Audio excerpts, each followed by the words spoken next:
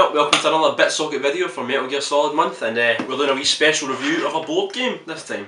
That's right, we're going to be playing the limited edition Metal Gear Solid Risk. It's got its own rules, it's got some wee different pieces, things like that. We're going to be sitting playing it with our suffering girlfriends. The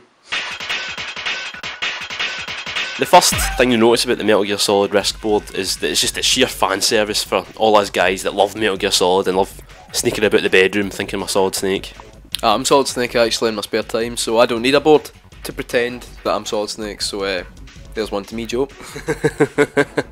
And another cool thing you notice about it is you get the boss characters. You can hire Solid Snake and Raiden and Liquid Ocelot into your team, and you can use them when you're attacking and defending. But the problem is that you can't go Drebin's monkey, so what's the point? I just wanted to be able to get a can of Coke every time I rolled the dice. But there you go, life's hard.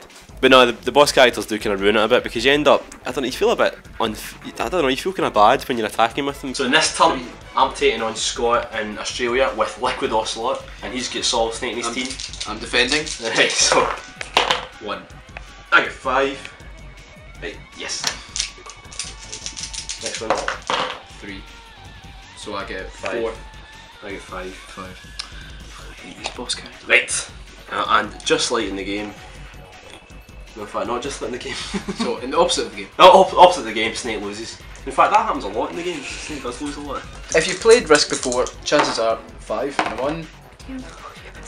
If you've played Risk before, chances are you'll kind of know the bare essentials for how to play Metal Gear Risk. It's kind of based on some of the kind of more recent versions of the game. We just like it because we get to ride about in a wee Outer Haven. Look at the detail on that. Look at, there's where the final boss battle is in Metal Gear Solid 4. Outer Haven's pretty cool. I like how you can take over it and then you can then take it wherever you want in the board and start an attack from it.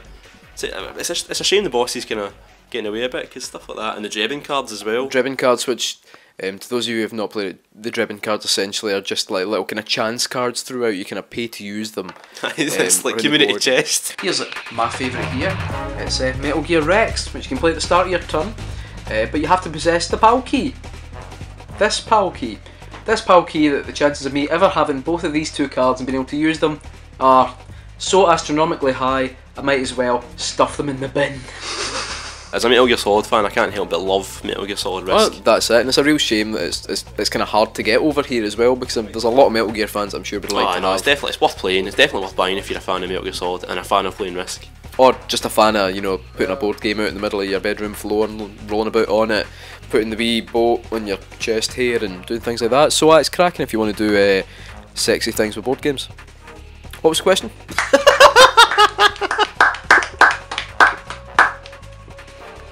And what must be a record there for anyone ever playing Risk, Kim Delaney just bent us all over the table and took us for a ride there.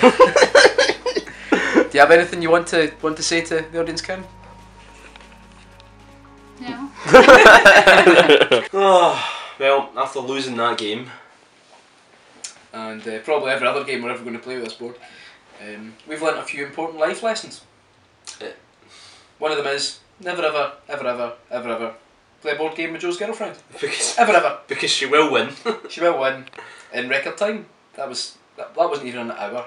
I was so We close. spent longer setting the board up than we did actually playing it, which isn't a bad thing always, but when you're playing Risk, which is like the kind of military version of Monopoly, and it finishes in 50 minutes, it's a wee bit like, I don't know, spending 2 hours making a cracking dinner, and then, I don't know, I'm getting a stomach bug while you're sitting eating it. Yeah.